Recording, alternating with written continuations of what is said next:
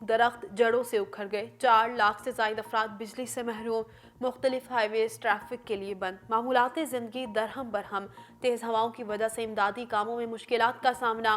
محکمہ موسمیات کے مطابق تباہ کن طوفان دسمبر کے مہینے میں وسطی اور شمالی ریاستوں میں غیر معمولی گرمی کی وجہ سے پیدا ہوا۔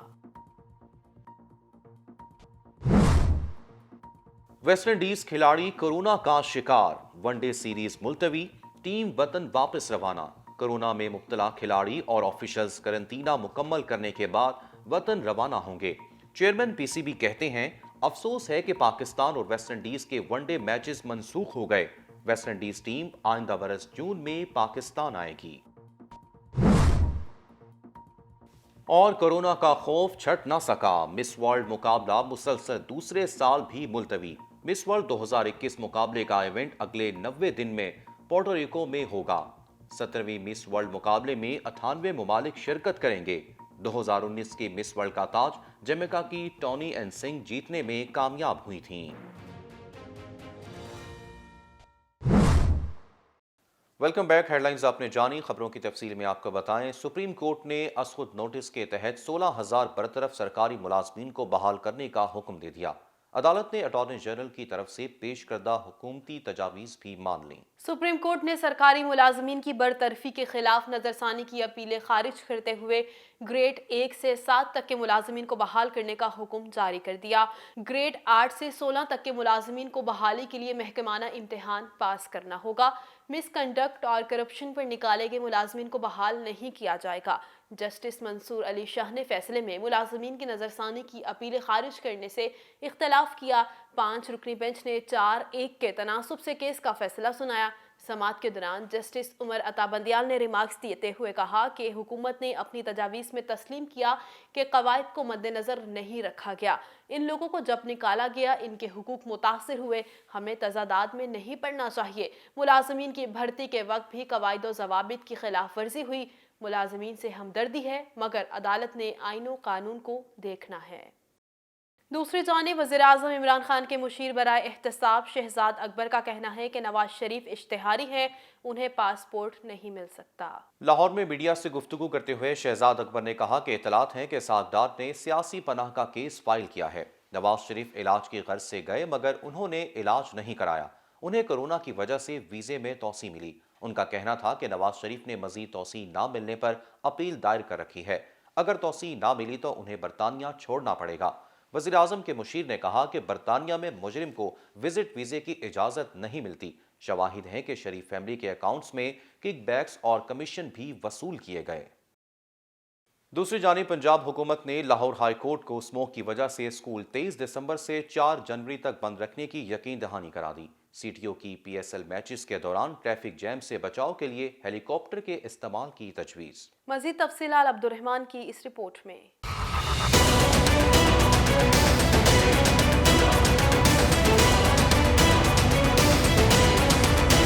لاہور ہائی کورٹ میں سموک سمیت اہم مقدمات کی سماعت ہوئی۔ پنجاب حکومت نے بچوں کو سموک سے محفوظ رکھنے کے لیے تعلیمی ادارے 23 دسمبر سے 4 جنوری تک بند کرنے کی عدالت کو یقین دہانی کرا دی۔ عدالت نے 21 دسمبر کو تعطیلات کا نوٹیفیکیشن طلب کر لیا۔ سموک کے خلاف کیس میں سی ٹی او لاہور نے پی ایس ایل میچز کے دوران ٹیموں کو گراؤنڈ تک ہیلی کاپٹر کے ذریعے پہنچانے کی تجویز دے دی۔ دوسری جانب عدالت نے بلدیاتی نمائندوں کو 5 سالہ مدت تک برقرار رکھنے کی درخواستیں مسترد کر دیں۔ سرکاری وکیل نے استدعا کی تھی کہ توہین عدالت کی درخواست سپریم کورٹ میں زیر التوا ہے، یہ درخواستیں مسترد کی جائیں۔ کیمرہ ٹیم کے ساتھ عبدالرحمان، ٹیلن نیوز، لاہور۔ کراچی میں جرائم کی تیزی سے بڑھتی وارداتوں کا سلسلہ اب شہر کے انتہائی پوش اور محفوظ ترین علاقے بحریہ ٹاؤن تک پہنچ گیا۔ ٹیلن نیوز کو موصول فوٹیج میں بحریہ ٹاؤن کی معروف بیکری میں مسلح افراد کی جانب سے انتہائی اطمینان سے لوٹ مار کر کے فرار ہونے کے مناظر دیکھے جا سکتے ہیں۔ کاشف نذیر کی رپورٹ دیکھیے۔